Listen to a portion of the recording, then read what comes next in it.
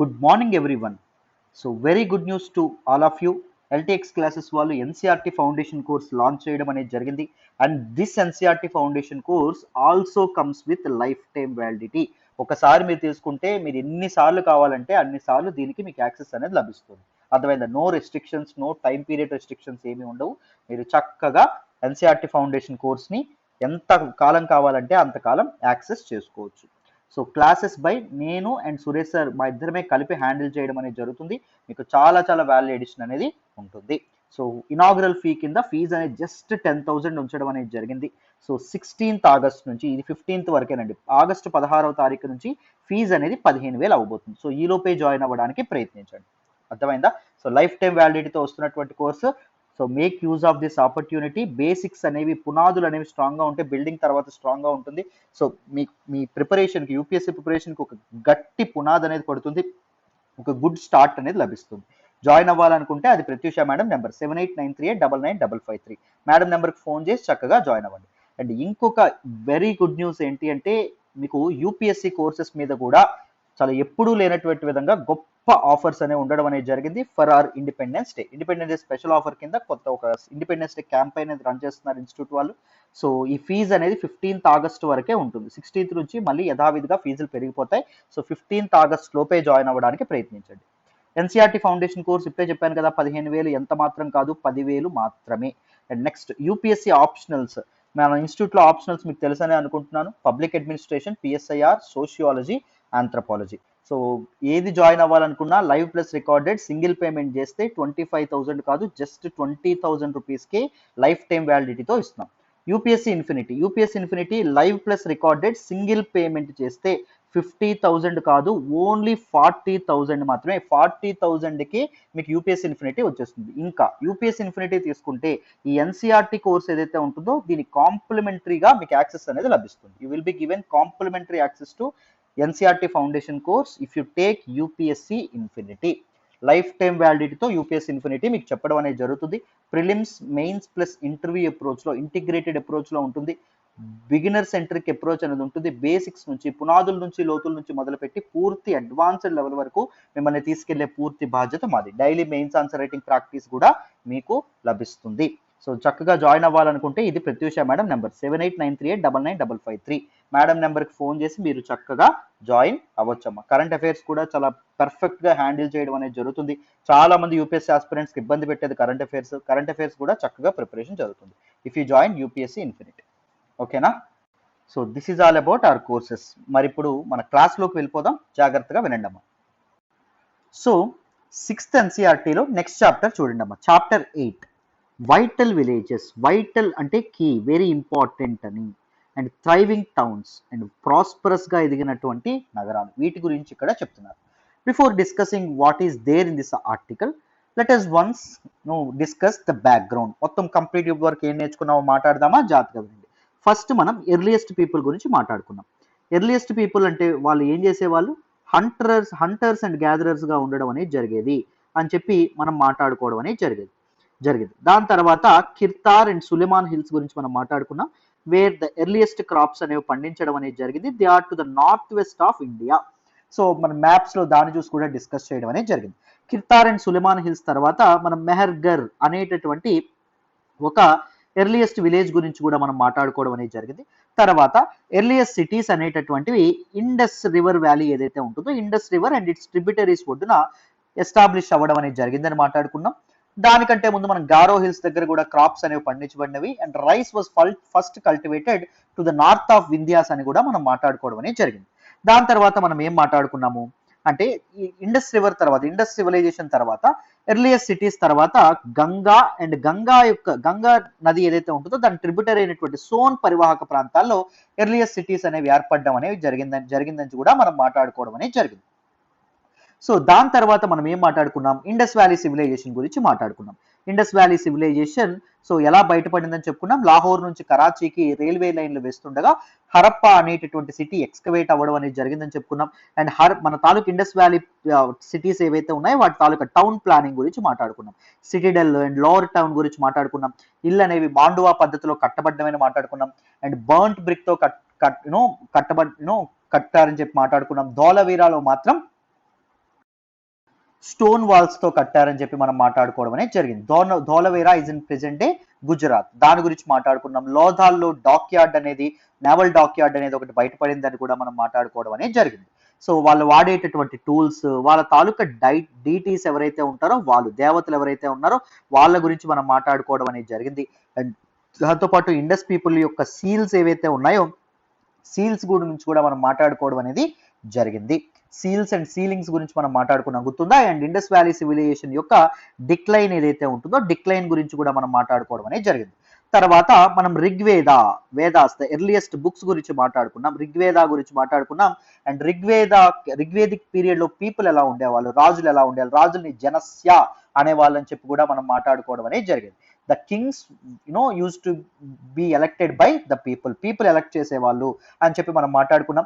ఋగ్వేదతో పాటు అదర్ 3 వేదాస్ ఏంటి మనం మాట్లాడుకున్నాం, సామవేద, యజుర్వేద అండ్ అథర్వణ వేద గురించి కూడా మనం మాట్లాడుకోవడం అనేది జరిగింది. ఉపనిషత్స్ గురించి కూడా మనం మాట్లాడుకున్నాం. ఉపనిషద్ అంటే ఏంటి, approaching the guru feet and learning the knowledge, అంటే getting the knowledge, seeking the knowledge, అంటే గురువు యొక్క పాదాల చెంత చేరి విజ్ఞానం ఏదైతే ఉంటుందో దాన్ని సంపాదించుకోవడం అని చెప్పి కూడా మనం మాట్లాడడం అనేది జరిగింది. అండ్ ఎర్లియస్ట్ సిటీస్ గురించి కూడా మనం మాట్లాడాం. అండ్ రిగ్వేదిక్ ఎరా తర్వాత లేటర్ రిగ్వేదిక్ ఎరా ఏదైతే ఉంటుందో అక్కడ కూడా పీపుల్ ఎలా ఉండేవాళ్ళు, సొసైటీ ఎలా ఉండేదో కూడా మనం మాట్లాడుకోవడం అనేది జరిగింది. వీటన్నింటి గురించి డీటెయిల్డ్ గా మాట్లాడుకున్నాం. అండ్ వర్ణ సిస్టమ్ ఏదైతే ఉంటుందో, వర్ణ వ్యవస్థ ఏదైతే ఉంటుందో దాని గురించి కూడా మనం మాట్లాడుకోవడం అనేది జరిగింది కదా. సో దీస్ ఫ్యాక్ట్స్ అన్నింటి గురించి డీటెయిల్డ్ గా డిస్కస్ చేసాం. తర్వాత మహాజనపదాస్ అనేవి ఏర్పడ్డాయని చెప్పుకున్నాం. షోడశ మహాజనపదాస్, 16 మహాజనపదాలు. అందులో మోస్ట్ ఇంపార్టెంట్ మహాజనపద మగధ అని మాట్లాడుకున్నాం. మగధ గుండా 2 రివర్స్ ఏంటండి, గంగా నది అండ్ దాంతో పాటు దాని ట్రిబ్యూటరీ యొక్క సోన్ రివర్ ఏదైతే ఉంటుందో ఇవి పాస్ అయ్యేవి అని చెప్పి మనం చెప్పుకోవడం అనేది జరిగేది. మగధను పరిపాలించినటువంటి ఇంపార్టెంట్ కింగ్స్ గురించి మనం మాట్లాడుకున్నాం. బింబిసారా గురించి మాట్లాడుకున్నాం. బింబిసారా యొక్క కొడుకు అయినటువంటి అజాత్ శత్రు గురించి కూడా మనం మాట్లాడుకున్నాం. అండ్ మహాపద్మనంద గురించి కూడా మనం మాట్లాడుకోవడం అనేది జరిగింది. సో మహాపద్మనంద గురించి మాట్లాడుకున్నాం. తర్వాత నందా డినాస్టీ యొక్క శిథిలాల మీద, on the remains of Nanda dynasty Mauryan empire అనేది ఎస్టాబ్లిష్ అయిందని చెప్పుకున్నాం. మౌర్యన్ ఎంపైర్ ని ఎస్టాబ్లిష్ చేసినటువంటి జెంటిల్మెన్ ఎవరండి, మన తాలూకా Chandragupta Maurya. Chandragupta Maurya was assisted by ఎవరు, విష్ణుగుప్త లేదా చాణక్య లేదా కౌటిల్య అని చెప్పి మనం చెప్పుకున్నాం. ఈయన రాసినటువంటి బుక్ అర్థశాస్త్ర అని కూడా మనం మాట్లాడుకోవడం అనేది జరిగింది. సో మౌర్యన్ ఎంపైర్ లో ద గ్రేటెస్ట్ రూలర్ ఎవరండి అంటే అశోక ద గ్రేట్ అని చెప్పి మనం మాట్లాడుకున్నాం. అశోకుడు చండాశోకుడుగా ఉండేవాడని మాట్లాడుకున్నాం. కానీ కళింగ యుద్ధం, కళింగ వార్ ఏదైతే ఉంటుందో, కళింగ అనేటటువంటి ప్లేస్ ఎక్కడ ఉందని చెప్పుకున్నాం, eastern Coast of present day Odisha and Uttarandhra ప్రాంతాలు, శ్రీకాకుళం, విజయనగరం, విశాఖపట్నం అండ్ ముఖ్యంగా నార్థన్ బ్యాంక్ ఆఫ్ మనం గోదావరి అనుకోవచ్చు, తూర్పు గోదావరి కూడా కళింగ ప్రాంతంలో ఉండడం అనేది జరిగింది. కళింగ మీదకి అశోకుడు దండెత్తిన తర్వాత అశోకుడు కళింగ మీద యుద్ధం గెలుస్తాడు. He is the only emperor who gave up war after winning the war. యుద్ధం అనేది చేసిన తర్వాత, యుద్ధం గెలిచిన తర్వాత యుద్ధాన్ని వదిలేసిన వాడే అశోకుడు. అందుకే అశోకుడు చరిత్రలో నిల్చున్నాడు, మహనీయుడు అవ్వడం అనేది జరిగింది. సో కళింగ వార్ తర్వాత, if this is the way to win people, నేను బై ఫోర్స్ నేను ప్రజల్ని గెలుచుకుంటే అది సరైనటువంటి గెలుపు కాదు, ప్రజల్ని ఎలా గెలుచుకోవాలి, ప్రేమతో గెలుచుకోవాలి అని అశోకుడు చెప్పడం అనేది జరిగింది. సో బేరి ఘోష నుంచి ఆఫ్టర్ కళింగ వార్ ధర్మఘోష వైపు అశోకుడు అడుగు పెట్టాడు. అండ్ అశోకుడు he came up with a policy called dhamma. Dhamma is a Prakrit word Sanskrit word dharma అని చెప్పి మనం మాట్లాడుకోవడం అనేది జరిగింది. సంస్కృతంలో ధర్మ అంటాం. ప్రాకృత్ లాంగ్వేజ్ అంటే ఏం చెప్పుకున్నాం, కామన్ పీపుల్ మాట్లాడేటువంటి లాంగ్వేజ్, దట్ ఈస్ ధమ్మ అని చెప్పి మనం అనుకోవడం అనేది జరిగింది. సో అశోకన్ ఇన్స్క్రిప్షన్స్ చాలా ఎడిక్ట్స్, శిలాశాసనాలు ఏవైతే ఉన్నాయో ఇన్స్క్రిప్షన్స్ కూడా వేయించడం అనేది జరిగిందని చెప్పుకున్నాం. అండ్ ఈ ఇన్స్క్రిప్షన్స్ ఏ లాంగ్వేజ్ లో వేసేవాడు, ప్రజలు తమ రోజువారీ లాంగ్వేజ్ లో మాట్లాడే ప్రాకృత్ ఏదైతే ఉంటుందో దానిలో ఈయన వేయడం అనేది జరిగింది. ఆ లాంగ్వేజ్ అండ్ దాంతోపాటు ఆ స్క్రిప్ట్ ఏంటంటే బ్రహ్మి స్క్రిప్ట్ లో వేయించడం అనేది జరిగింది అని కూడా మనం మాట్లాడుకోవడం అనేది జరిగింది. అశోకుడి తాలూకా ఎడిక్ట్స్ ఏవైతే ఉన్నాయో దానిలో ఉన్నటువంటి ఇప్పటికీ రిలవెంట్ గా ఉన్నాయని చెప్పి మనం మాట్లాడుకోవడం అనేది జరిగింది. దాంతోపాటు దాని ధమ్మ సిద్ధాంతం ఏదైతే ఉంటుందో, ధమ్మ ప్రిన్సిపల్ ఏదైతే ఉంటుందో అది ప్రపంచ దేశాలకి, మానవాళి మొత్తం తెలియడానికి ధర్మ మహామాత్యాస్ అనేటటువంటి వ్యక్తుల్ని నియమించి, అనేటటువంటి అఫీషియల్ నియమించి ఈయన దేశాలు పంపించేవాడు అని చెప్పి కూడా మనం మాట్లాడుకోవడం అనేది జరిగింది. రైట్. సో అశోకుని తర్వాత ఈ ఎంపైర్ ఏదైతే ఉంటుందో అది ఎలా డిక్లైన్ అయిందో మాట్లాడుకున్నాం. తర్వాత కుషానాస్ కానీ, లేకపోతే ఇండో గ్రీక్స్ లేదా యవనాస్ కానీ వీళ్ళందరూ వచ్చి పరిపాలించారు, శాతవాహనులు కానీ వీళ్ళందరూ వచ్చి పరిపాలించారు అని చెప్పి మనం డీటెయిల్డ్ గా మాట్లాడడం అనేది జరిగింది. మోస్ట్ ఆఫ్ ద టాపిక్స్ చాలా వరకు ఏన్షియంట్ హిస్టరీలో మనం డీటెయిల్డ్ గా కవర్ చేయడం అనేది జరిగింది నాన్న. అయితే ఇప్పుడు నెక్స్ట్ ఈ పర్టికులర్ టాపిక్ లో ఇంకా మోస్ట్ ఇంపార్టెంట్ టాపిక్స్ అనే మనం మాట్లాడుతున్నాం. సో మొదట చూడండి ఐరన్ టూల్స్ అండ్ అగ్రికల్చర్, దీని గురించి చూడండి. మనం మామూలుగా ఇప్పుడు ఐరన్ మనకు కనిపిస్తే we take it for granted కదా, ఐరన్ ఏదో ఉంది అలా అనుకుంటాం. కానీ ఐరన్ మనకి మనిషి తాలూకా జీవితం మొదలైనప్పటి నుంచి ఐరన్ ఉందా అంటే కాదు. The use of iron began in sub continent around 3000 years ago, 3000 సంవత్సరాల క్రితమే, అంటే అరౌండ్ 1000 BC, క్రీస్తు పూర్వం, లేటర్ వేదిక్ పీరియడ్ లో మనకు ఐరన్ రావడం అనేది జరిగింది అని చెప్పి మనం చెప్పుకోవడం అనేది జరిగింది. ఇండస్ వ్యాలీ పీపుల్ కి తెలియనటువంటి ఏకైక మెటల్ ఏంటండి? ఐరన్. వాళ్ళు పండించినటువంటి క్రాప్ ఏంటండి? Sugar cane. షుగర్ కేన్ వాళ్ళు పండించలేదమ్మా. ఓకేనా? Some of the largest collections of iron tools and weapons were found in megalithic burials. వీటి గురించి కూడా మనం మాట్లాడుకోవడం అనేది జరిగింది. మెగాలిథిక్ అంటే ఏంటి? హ్యూజ్ స్టోన్స్ అని. మెగా అంటే అతి పెద్ద, బిగ్ అని అర్థం. లిథిక్ అంటే ఏంటి? రాయి అని అర్థం. Mega and lithic they are two Greek words అమ్మ. ఓకేనా? సో చూడండి, ఈ మెగాలిథిక్స్ గురించి కూడా మనం డీటెయిల్డ్ గా డిస్కస్ చేయడం అనేది జరిగింది. దాని తర్వాత అరౌండ్ 2500 years ago, 2500 సంవత్సరాల క్రితం, అంటే అరౌండ్ 500 BC, బిఫోర్ క్రైస్ట్, ఆ టైంలో there is evidence of growing use of iron tools. Iron tools విపరీతంగా పెరిగాయని చెప్పి మనం మాట్లాడుకోవడం అనేది జరిగింది. చెప్పడం మర్చిపోయాను, మనం లాస్ట్ క్లాస్ లో బుద్ధుని గురించి అండ్ మహావీర గురించి కూడా మనం మాట్లాడుకున్నాం. కొత్త ఐడియాలజీస్, కొత్త క్వశ్చన్స్ గురించి కూడా మనం మాట్లాడుకున్నాం. ఇక్కడ నేను రివిజన్ దగ్గర మర్చిపోయాను. బుద్ధిజం గురించి కూడా మనం మాట్లాడుకున్నాం. బుద్ధుడు చెప్పినటువంటి కథల గురించి కూడా మనం మాట్లాడుకున్నాం. బుద్ధుడు ఏం చెప్తాడండి? ఈ ప్రపంచంలో ఉండే this world is full of sorrow, విచారంతో నిండి ఉన్నది అని చెప్తాడు. No what is the main reason of sorrows అంటే the cravings of human beings, మనుషుల తాలూకా కోరికలు అని చెప్పి బుద్ధుడు చెప్పడం అనేది జరుగుతుంది. విచారం అనేది పక్కకి తీసుకెళ్లాలంటే ఏం చేయాలి? ఆ కోరికలను అదుపులో పెట్టుకుంటేనే మనిషి విచారాన్ని అధిగమించగలడు అని చెప్పి కూడా మనం చెప్పుకోవడం అనేది జరిగింది కదా. మహావీర యొక్క ఇవి ఏవైతే ఉన్నాయో వాటిని గురించి కూడా మనం చెప్పుకున్నాం. రైట్? ఉరివేల ఎలా అయితే బోధ్గయ అయింది, సిద్ధార్థుడు ఎలా గౌతమ బుద్ధుడు అయ్యాడు, వీటన్నింటి గురించి మనం డీటెయిల్ గా మాట్లాడుకున్నాం. ఫస్ట్ తన తాలూకా ఉపన్యాసం ఏదైతే ఉంటుందో, టీచింగ్స్ ఏవైతే ఉన్నాయో ఎక్కడ ఇవ్వడం అనేది జరుగుతుంది? మన తాలూకా బుద్ధుడు సార్నాథ్ దగ్గర ఉండి, ప్రజెంట్ డే ఉత్తరప్రదేశ్ లో ఉన్నటువంటి వారణాసి దగ్గరలో ఉన్న సార్నాథ్ ఏదైతే ఉంటుందో, సార్నాథ్ లో ఉన్నటువంటి రిషిపత్తన మృగదావన అనేటటువంటి ప్లేస్ లో ఇచ్చాడు. అక్కడే మనకి సార్నాథ్ స్తూప ఏదైతే ఉంటుందో అది మనకు కనిపించడం అనేది జరుగుతుంది. చాలా చాలా ఇంపార్టెంట్. సాంచి స్తూప వేరు. Sanchi stupa is in Madhya Pradesh. దాని గురించి కూడా మనం మాట్లాడుకోవడం అనేది జరిగిందని. రైట్? నెక్స్ట్ చూడండి. అయితే సో ఈ ఐరన్ టూల్స్ యొక్క గ్రోత్ ఏదైతే ఉంటుందో అది విపరీతంగా పెరిగింది. ముఖ్యంగా యాక్సెస్, కొడవళ్ళు ఏవైతే ఉంటాయో అవి కానీ, ఫర్ క్లియరింగ్ ఫారెస్ట్, ముఖ్యంగా ఈ తాలూకా అడవులు ఏవైతే ఉంటాయో వాటిని చదును నెలల్లా మార్చడానికి ఈ ఐరన్ టూల్స్ ఎక్కువగా వాడేవాళ్ళు. అండ్ ఐరన్ ప్లౌజేర్ అంటే ఏంటమ్మా? మనకి నాగళ్ళు ఏవైతే ఉంటాయో వాటిని కూడా వాడడం అనేది జరిగింది. And it is useful for increasing agriculture production. Agriculture production కి ఇది బాగా యూజ్ అని చెప్పి మనం మాట్లాడుకోవడం అనేది బిఫోర్ చాప్టర్స్ లో మనం మాట్లాడుకోవడం.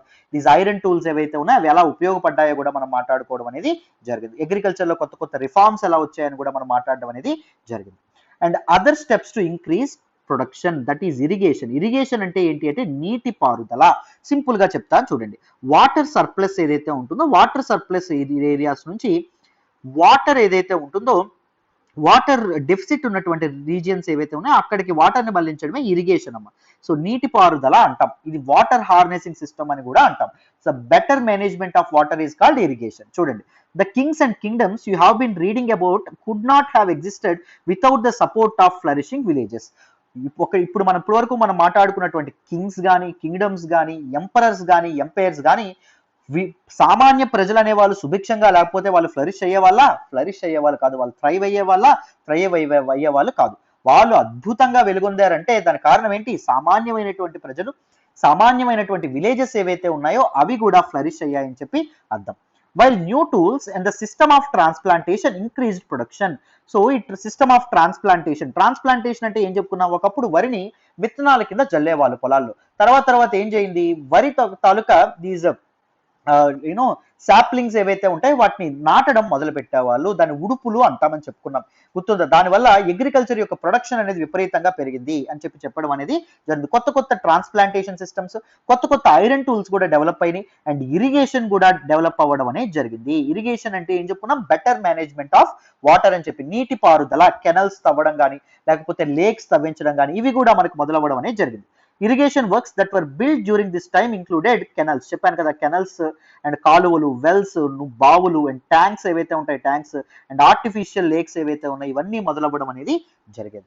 అర్థమైందా? సో ఐరన్ అనేది బెటర్ గా యూజ్ చేసి మనిషి తనకి తాను వృద్ధిలోకి రావడానికి హెల్ప్ చేసుకున్నాడండి. తనకి తాను ఇది చేయడం అనేది, కష్టపడడం అనేది జరిగింది. సో ఇక్కడ చూడండి, ఇక్కడ ఉండేటటువంటి 3 important tools, these are iron tools అండి. Here is a set of captions, choose the right one for each of the pictures. Sickle, tongs and axe ఏవైతే ఉంటాయో వీటి గురించి మనకి చెప్పడం అనేది జరిగింది. అర్థమైందా? సో ఐరన్ మనం ఇప్పుడు దీనికోసం వాడతాం, ఇవి చిన్నప్పుడు మనకి ఇలాంటి ఎక్సర్సైజెస్ స్కూల్లో ఇవ్వడం అనేది జరిగేది, right? So these are some important iron tools that we use in day to day life, right? మరి నెక్స్ట్ పేజ్ చూద్దాం, చూడండి అన్న. సో కింద ఒక చార్ట్ అనేది మనకు చిన్నప్పుడు ఇలాంటి ఎక్సర్సైజ్ ఇచ్చేవాళ్ళు. So you will find different stages of the construction of irrigation works. Irrigation works construction లో డిఫరెంట్ స్టేజెస్ అనేవి చెప్తున్నారు.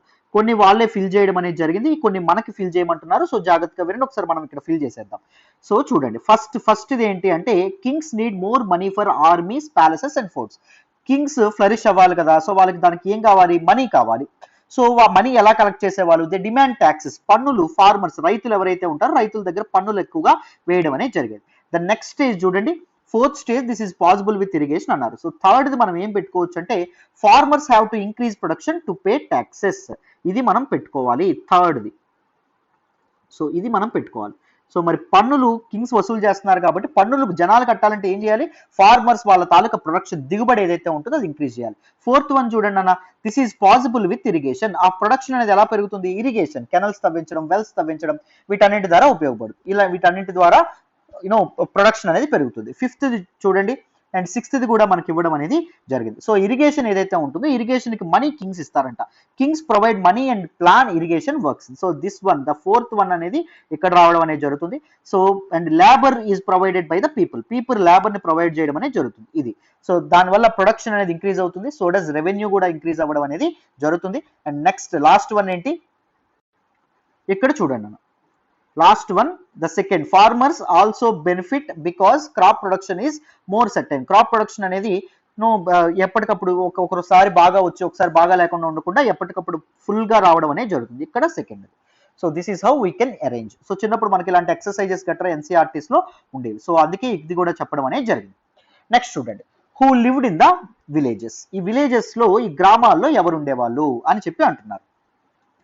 There were at least 3 kinds of people living in most of the villages in the southern and northern parts of the subcontinent.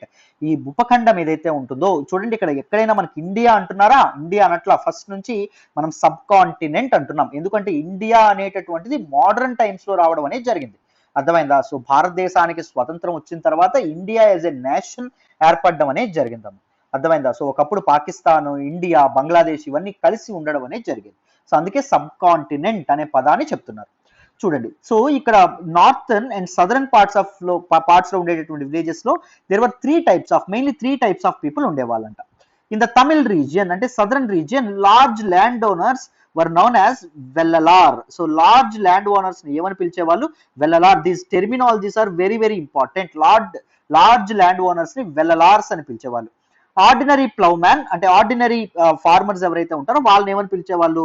ఉలవర్ అని చెప్పి పిలిచేవాళ్ళు. So land owners ని ఎవరు పిలిచేవారు? Huge land owners ని వెల్లలార్.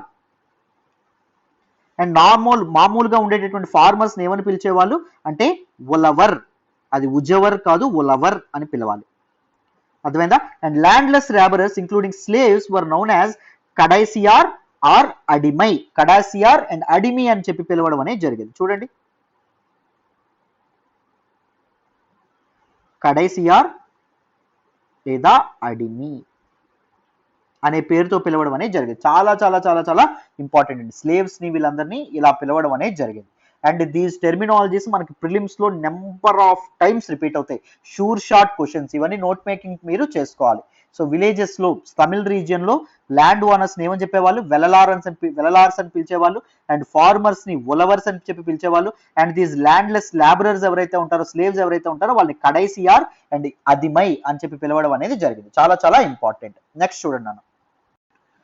So next ఇది కూడా చాలా ఇంపార్టెంట్. మరి ఇన్ ద నార్థన్, ఇప్పుడు తమిళ్ రీజియన్ లో మనం మాట్లాడుకున్నాం. In the northern part of the country, ఉత్తర భారతదేశంలో అక్కడ విలేజ్ హెడ్ మ్యాన్ ని ఏమని పిలిచేవాళ్ళు అంటే గ్రామ భోజక అనేటటువంటి పేరుతో పిలిచేవాళ్ళు.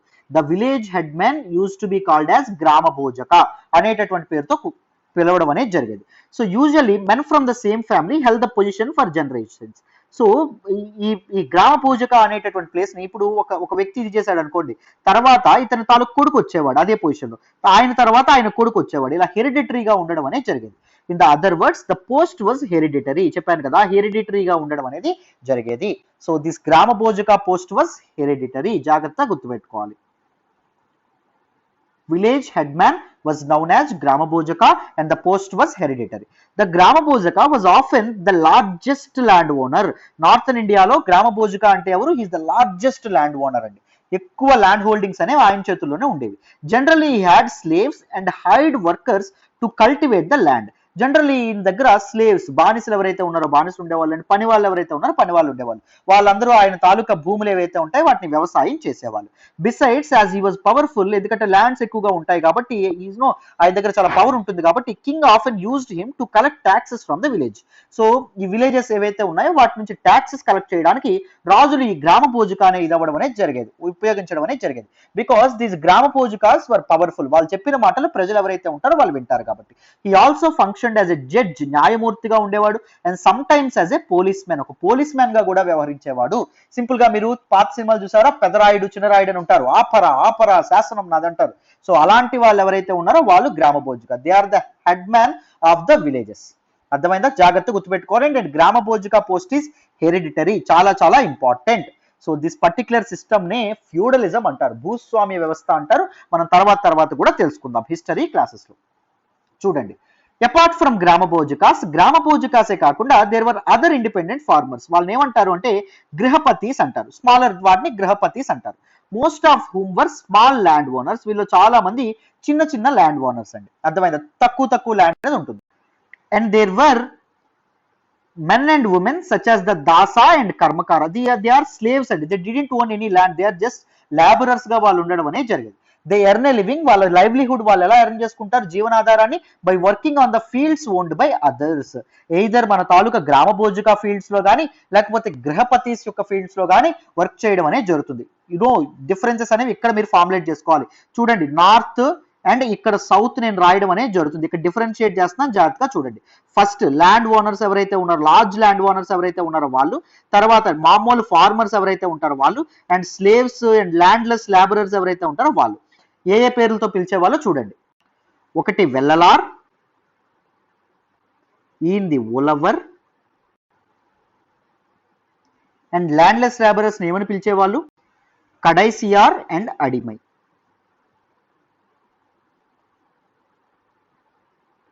These terminologies are very very important. అదే నార్త్ ఇండియాలో ఏమని పిలిచేవాళ్ళు? ఈయన గ్రామ భోజక అని చెప్పి పిలవడం అనేది జరిగేది. అండ్ ఫార్మర్స్ ని ఏమని పిలిచేవాళ్ళు అంటే గృహపతీస్ అనేటటువంటి పేరుతో పిలిచేవాళ్ళు, స్మాల్ ల్యాండ్ హోల్డింగ్స్ ఉన్నటువంటి వాళ్ళని. అండ్ స్లేవ్స్ ఎవరైతే ఉన్నారో వాళ్ళని ఏమని పిలిచేవాళ్ళు అంటే దాసా లేదా కర్మకార అనేటటువంటి పేరుతో పిలిచేవాళ్ళు అన్న.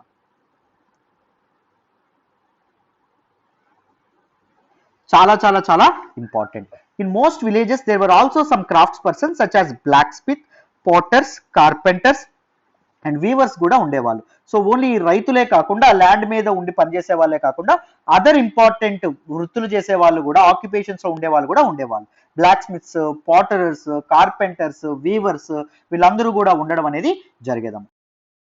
సో ఇదే టైంలో ద ఎర్లియస్ట్ తమిళ్ కంపోజిషన్స్ ఏవైతే ఉన్నాయో ఇవి కూడా రాయబడ్డం అనేది జరిగింది. చాలా ఇంపార్టెంట్, జాగ్రత్తగా వినాలి.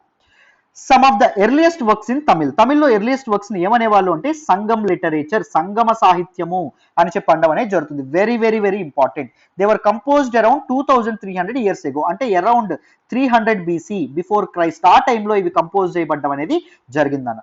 These texts were called Sangam. దీన్ని సంగం అని ఎందుకు అంటారు? Because they were suppose to have been composed and compiled in assemblies. ఇవి ఒక్కొక్కరు కంపైల్ చేయాల, డిఫరెంట్ కవులు ఎవరైతే ఉంటారో వీళ్ళందరూ కలిసి మీటింగ్స్ ద్వారా వీటిని కంపోజ్ చేయడం అనేది జరిగేది. These assemblies are simply known as Sangams, Sangams అని చెప్పి అంటారు. దీస్ అసెంబ్లీస్ ఆఫ్ పోయట్స్ అందరూ కలిసి ఏం చేసేవాళ్ళు, ఈ లిటరేచర్ అనేది ఇవ్వడం అనేది జరిగింది. That were held in the city Madurai. మధురైలో జరిగినటువంటి అసెంబ్లీస్ ఏవైతే ఉంటాయో, ఈ మీటింగ్స్ ఏవైతే ఉన్నాయో, ఈ మీటింగ్స్ నుంచి సంగం లిటరేచర్ అనేది వచ్చిందండి. సంగం లిటరేచర్ అనేది వాళ్ళు రాయడం అనేది జరిగేది poets. The Tamil terms mentioned above are found in Sangam literature. So ఇప్పుడు పైన మనం కనిపించినటువంటి తమిళ్ టర్మ్స్, దట్ ఈస్ వెలలార్ గాని, ఉలవర్ గాని, కడైసియార్ అండ్ అడిమై గాని, ఇవన్నీ ఎక్కడి నుంచి వచ్చి సంగం లిటరేచర్ నుంచి హిస్టారియన్స్ తీసుకోవడం అనేది జరిగింది. చాలా చాలా చాలా important. Why it is called Sangam literature? Because they were suppose to have been composed and compiled in assemblies rather than by a one particular poet అమ్మ. చాలా చాలా చాలా ఇంపార్టెంట్. ఓకేనా? నెక్స్ట్ చూడండి అన్న. సో నెక్స్ట్ చూడండి అన్న, finding out about cities, stories, travellers, sculptures and archaeology. చాలా చాలా చాలా ఇంపార్టెంట్. సో ఇక్కడ ఇంకొక ఇంపార్టెంట్ టర్మ్స్, దట్ ఈస్ జాతకాస్. వీటిని జాతక కథలు అని చెప్పి అంటాం. వాట్ ఈస్ దిస్ జాతక stories? They were probably composed by ordinary people. సామాన్యమైనటువంటి ప్రజలు వాటిని కంపోజ్ చేయడం అనేది జరిగింది.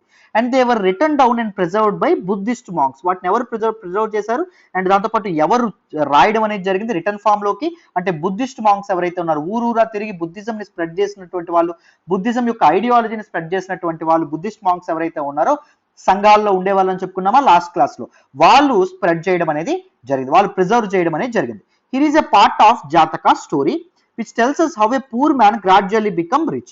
సో ఇక్కడ జాతక స్టోరీ ఒక జాతక కథ ఇక్కడ మనకి చెప్పడం అనేది జరిగింది. చూడండి, మనకి లైఫ్ లెసన్ లా ఉపయోగపడుతుంది. ఒక పేదవాడు ఒక ధనికుడుగా ఎలా మారాడు అనేటటువంటి విషయాన్ని ఇక్కడ చెప్తున్నారు. చాలా important. And these terminologies what we have discuss so far, అవి చాలా చాలా చాలా ఇంపార్టెంట్. మళ్ళీ చెప్తున్నాను, ఈ టెర్మినాలజీస్ మల్టిపుల్ టైమ్స్ మనకి ప్రిలిమ్స్ లో క్వశ్చన్స్ అనేవి రావడం అనేది జరిగింది. సో మీ నోట్స్ లో తప్పకుండా దీస్ టెర్మినాలజీస్ అనేవి ఉండాలి. గ్రామ bhojaka, grihapati, dasa, karmakara, Vellalar and Uzhavar and Kadaisiyar and Adimai, ఇవన్నీ తప్పకుండా ఉండాలి. సంగం లిటరేచర్ ఉండాలి. Sangam literature was compiled at a place called, city called Madurai. జాగ్రత్తగా గుర్తుపెట్టుకోండి. These are very very important facts. Next చూడండి అన్న. సో ఇక్కడ చూడండి, ఒక కథ మనకి చెప్పడం అనేది జరిగింది. ఈ కథ ద్వారా మన హిస్టారియన్స్ హిస్టరీని ఎలా కన్స్ట్రక్ట్ చేశారో, ఆక్యుపేషన్స్ ని ఎలా కనుక్కున్నారు. సో మన తాలూకా బుద్ధిస్ట్ మాంక్స్ ప్రిజర్వ్ చేసినటువంటి జాతక కథల్లో ఒక కథ ఇదమ్మ. So it is talking about a poor and clever man, young man. So ఆ టైంలో దేర్ వాజ్ ఎ క్లెవర్, తెలివైనటువంటి పేదవాడైనటువంటి ఒక యంగ్ మ్యాన్ ఉండేవాడంట. ఆయన సిటీలో ఉండేవాడు. ఎక్కడ ఉండేవాడు? సిటీలో ఉండడం అనేది జరిగేది. సో ఆయన దగ్గర ఒక్కటే ఉంది, అదేంటి అంటే ఒక డెడ్ ర్యాట్, చనిపోయినటువంటి ఒక ఎలుక ఆయన దగ్గర ఉంది. ఆయన ఏం చేశాడు అంటే, ఒక హోటల్ ఏదైతే ఉంటుందో హోటల్లో వాళ్ళు పిల్లిని పెంచుకుంటుంటే, మీ పిల్లి కోసం నేను ఫుడ్ ఇస్తాను, డెడ్ ర్యాట్ని ఇస్తాను, నాకు ఒక కాయిన్ ఇవ్వండి, నాకు ఒక నాణ్యాన్ని ఇవ్వండి అని అడుగుతాడు. సో వెంటనే అతను ఓకే ఇవ్వు అని చెప్పి ఒక కాయిన్ అనేది ఇవ్వడం అనేది జరుగుతుంది. దెన్ తర్వాత రోజు ఏం జరుగుతుంది అంటే, ఒక స్టార్మ్, ఒక విపరీతమైనటువంటి ఒక వడగళ్ళు అనేవి రావడం అనేది జరుగుతుంది. విపరీతమైనటువంటి వర్షం పడుతుంది. ఆ కింగ్స్ గార్డెన్ ఏదైతే ఉంటుందో, కింగ్స్ గార్డెన్ చుట్టూ బ్రాంచెస్, కొమ్మలు, లీవ్స్, ఈ ఆకులు ఇవన్నీ విరుచుకుపడడం అనేది జరుగుతుంది. ఆ కింగ్ యొక్క గార్డెనర్ ఎవరైతే ఉన్నారో ఆయన ఈ చూసి బాధపడిపోతాడు, చాలా ఇబ్బంది పడిపోతాడు. ఏంటి ఇంత మెస్ నేను ఎలా క్లీన్ చేయాలి ఒక్కడిని, చాలా కష్టం కదా అంటాడు. అప్పుడు ఆ యంగ్ మ్యాన్ ఏమంటాడు అంటే, నేను ఏం చేస్తాను అంటే ఇదంతా క్లీన్ చేసేస్తాను, నాకు ఆ లీవ్స్ అండ్ దాంతోపాటు ఆ వుడ్ నాకు ఇస్తావా, ఆ చెక్క నాకు ఇస్తావా అని చెప్పి అడగడం అనేది జరుగుతుంది. గార్డెనర్ అంతకంటేనా, హ్యాపీగా తీసుకో అని చెప్పడం అనేది జరుగుతుంది. సో అప్పుడు యంగ్ మ్యాన్ ఏం చేస్తాడు, చిన్నపిల్లల పక్కనే ఆడుకుంటా ఉంటారు. వాళ్ళ దగ్గరికి వెళ్ళి, మీరు ఇక్కడ పుల్లలు ఉన్నాయి, చెక్కలు ఉన్నాయి, అవన్నీ మీరు ఆకులు ఉన్నాయి, ఇవన్నీ మీరు ఏరుతా ఉంటే మీకు స్వీట్స్ నేను ఇస్తాను అని చెప్పి ఆఫర్ చేస్తాడు. పిల్లలు ఎవరైతే ఉంటారో చక్కగా వాటన్నింటినీ సర్ది పెట్టేస్తారు. And they piled everything near a entrance, ఒక ఎంట్రన్స్ ముందు మొత్తం నీట్ గా పెట్టడం అనేది జరుగుతుంది. అప్పుడు ఒక పాటర్, అంటే కింగ్ యొక్క కుండలు తయారు చేసేవాడు ఎవరైతే ఉంటారో రాయల్ పాటర్, ఆయన వచ్చి ఏం చెప్తాడు అంటే, సో ఈ వుడ్ అంతా ఏదైతే ఉంటుందో అది నాకు ఇచ్చేస్తావా అని యంగ్ మ్యాన్ అడుగుతాడు. ఇస్తే నీకు కొంత డబ్బులు చెల్లిస్తాను అంటాడు. ఓకే, అలాగే అంతకంటేనా అంటే ఇప్పుడు ఇతను ఎవరైతే ఉంటారో ఇతను ఏం చేస్తాడు, ఆ తాలూకు వుడ్ అంతా ఏదైతే ఉంటుందో వుడ్ అంతా తనకు అప్పగించడం అనేది జరుగుతుంది ఆ పాటర్ కి. అండ్ ఈ టుక్ ఏ లాట్ ఆఫ్ మనీ, చక్కగా హ్యాపీగా తీసుకోవడం అనేది జరుగుతుంది. అండ్ తర్వాత ఏం జరుగుతుంది, ఆ యంగ్ మ్యాన్ కి ఇంకొక ప్లాన్ రావడం అనేది జరుగుతుంది. సో ఆయన తర్వాత ఏం చేస్తాడు, ఒక సిటీ గేట్ దగ్గర గార్డెనింగ్ చేస్తున్నటువంటి, గ్రాస్ కట్ చేస్తున్నటువంటి సుమారు గ్రాస్ కటర్స్ 500 గ్రాస్ కటర్స్ ఎవరైతే ఉంటారో వాళ్ళ దగ్గరికి ఈయన వెళ్తాడు. వెళ్ళి వాళ్ళకి వాటర్ ఆఫర్ చేస్తాడు.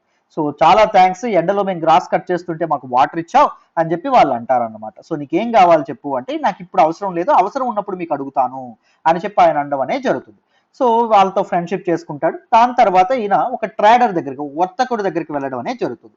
ఆ వర్తకుడితో ఫ్రెండ్షిప్ చేసుకుంటాడు. వన్ డే ద ట్రేడర్ ఏం చెప్తాడు అంటే, రేపు ఒక హార్స్ డీలర్ అనేవాడు మన టౌన్ కి వస్తున్నాడు, మన సిటీకి వస్తున్నాడు విత్ 500 హార్సెస్, 500 గుర్రాలు పట్టుకొని వస్తున్నాడు అని చెప్తాడు.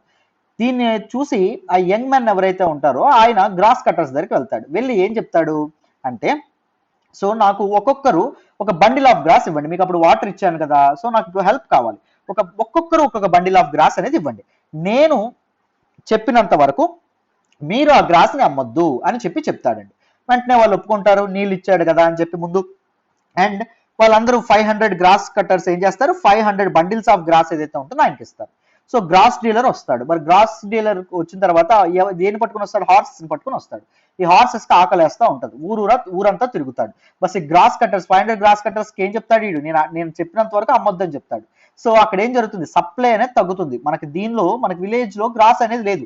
అప్పుడు గ్రాస్ కి ఏం పెరుగుతుంది, డిమాండ్ అనేది పెరుగుతుంది. గ్రాస్ ఎవరి దగ్గర ఉంది, కేవలం ఈ ఇతని దగ్గరే ఉండడం అనేది, యంగ్ మ్యాన్ దగ్గరే ఉండడం అనేది జరిగింది. సో అప్పుడు ఏం చేస్తాడు, ఈ హార్స్ డీలర్ కి దిస్ పర్టికులర్ యంగ్ మ్యాన్ ఎవరైతే ఉంటారో ఆయన గ్రాస్ ని అమ్మడం అనేది, గడ్డిని అమ్మడం అనేది జరుగుతుంది ఫర్ 1000 కాయిన్స్. అర్థమైందా? సో ఇంత చక్కగా ఒక poor and young man, clever young man తన తెలివితో డబ్బు సంపాదిస్తాడు. సో తెలివి ఉంటే డబ్బు సంపాదించడం ఈజీనే. సో మొదట మీరు నాలెడ్జ్ అనేది సీక్ చేస్తే డబ్బు ఆటోమేటిక్ గా మీ పాదాల దగ్గరికి వస్తుంది. ఇది తథ్యం. ఓకేనా? దాన్ని బట్టి ఈ జాతక కథ నుంచి మనం అర్థం చేసుకోవచ్చు. అండ్ దాంతోపాటు ఈ జాతక కథలో మనకి ఏం అర్థం అవుతుంది, డిఫరెంట్ ఆక్యుపేషన్స్ కూడా తెలుస్తున్నాయి. సో ఏం తెలుస్తున్నాయి, ఊర్లో హోటల్స్ అనేవి ఉండేవని తెలుస్తున్నాయి. అండ్ దాంతోపాటు ఇంకా మనకి ఏం తెలియడం అనేది జరుగుతుంది, సో కింగ్స్ ఎవరైతే ఉంటారో కింగ్స్ కి గార్డెనర్స్ ఉన్నారని తెలుస్తుంది. అండ్ కింగ్స్ దగ్గర దీస్ రాయల్ పాటర్స్ ఎవరైతే ఉన్నారో వాళ్ళు ఉన్నారని తెలుస్తుంది. అండ్ దీస్ ట్రేడర్స్, ఈ హార్సెస్ అమ్మే ట్రేడర్స్ ఉండే వాళ్ళని తెలుస్తుంది. ఇంత మొత్తంలో వాళ్ళు హార్సెస్ అమ్మేవాళ్ళు అని చెప్పి మనకు తెలుస్తుంది. గ్రాస్ కట్టర్స్ ఎవరైతే ఉన్నారో వాళ్ళు కూడా ఉండేవాళ్ళు అని చెప్పి మనకి తెలియడం అనేది జరుగుతుంది. ట్రేడర్స్ కూడా ఉండేవాళ్ళు అని చెప్పి మనకి తెలియడం అనేది జరుగుతుంది. సో ఈ విషయాలు అనేవి హిస్టారియన్స్ ఇలా స్టోరీస్ చదివి బిట్ బై బిట్ కన్స్ట్రక్ట్ చేస్తారనమాట. మనం ఓన్లీ స్టోరీ చదువుతాం, no, they will analyze the social conditions of the people. ఆ టైంలో పీపుల్ యొక్క సోషల్ కండిషన్స్ వాళ్ళు అనలైజ్ చేయడం అనేది జరుగుతుంది. అర్థమైందా? చూడండి, we can use other kinds of evidence to find out about life in some of these early cities.